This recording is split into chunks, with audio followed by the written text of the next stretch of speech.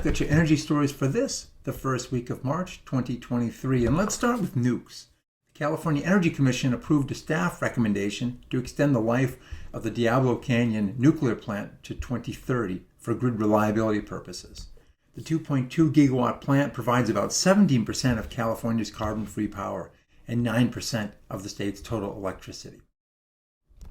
In other news, a consortium of municipal utilities in Utah, Idaho, New Mexico, and Nevada has agreed to remain committed to purchasing energy from a 6-reactor, 462-megawatt NuScale modular nuclear project to be developed in Idaho, despite a hefty price increase from $58 to $89 per megawatt hour. The project has a commissioning date of 2030, and an application to the Nuclear Regulatory Commission to construct and operate the plant is expected early next year. Also in modular nukes, Dow and nuclear startup X Energy will develop the first of its kind grid-scale small nuclear plant at an industrial site. The facility will be built on a Dow Gulf Coast site to be designated this year and provide Dow with process heat for manufacturing. X Energy was designated to receive up to $1.2 billion from the DOE during the Trump administration and federal cost sharing that would help develop, license, construct, and operate an advanced reactor by 2030. Now moving to hydrogen, startup Universal Hydrogen says it successfully flew a 40-seater plane powered mainly by hydrogen during a portion of a 15-minute test flight. The company plans to run more tests over the next 2 years and hopes to begin commercial hydrogen-powered flights by 2025. Also in hydrogen, Chinese refining company Sinopec has broken ground on an $831 million green H2 project in Mongolia, estimated at 390 megawatts, the biggest under construction thus far in the world. Its output will partially displace coal-based hydrogen used in a nearby chemical plant, and the hydrogen electrolyzer facility will be supported by 270 megawatts of solar and 450 megawatts of wind power.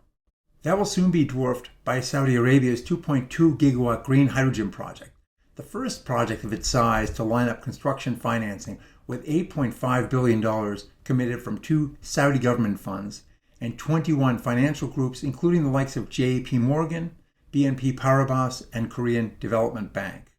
4.6 gigawatts of wind and solar energy will feed electrolyzers converting water into hydrogen that will then be converted into ammonia and sold to U.S. company Air Products under a 30-year contract for its global trade. Phase 1 commissioning date is set for 2025. Now moving to EVs, during Tesla's Investor Day, the company's Senior Vice President for Powertrain and Energy Engineering, Drew Baglino, commented that Tesla had found ways to offer bidirectionality while cutting power electronics costs. Baglino commented that this capability will be brought to its models over the next 2 years.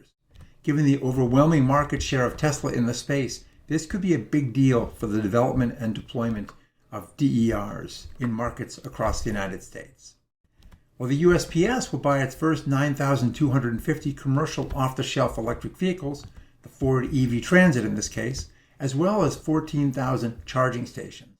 The left-hand drive EVs represent the first part of the USPS strategy to purchase over 66,000 electric vehicles, with planned acquisitions over the coming 5 years to represent 75% electric of its fleet and eventually 100% after 2026. And in China, Farasis Energy has announced it will supply lower-density sodium-ion batteries to Jiangling Motors, a Chinese EV maker owned largely by Renault. Farasis has already converted battery production lines in order to begin mass production before June 30th. Farasis is not alone in the sodium-ion battery space. Chinese battery behemoth CATL announced its first-gen sodium battery in the summer of 2021.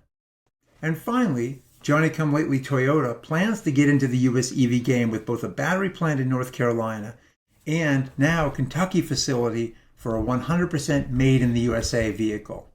Toyota is now shooting for 200,000 U.S. electric vehicles annually, about 20% of its total U.S. output. Well, that's all for this week. Thanks for watching, and we'll see you again next week.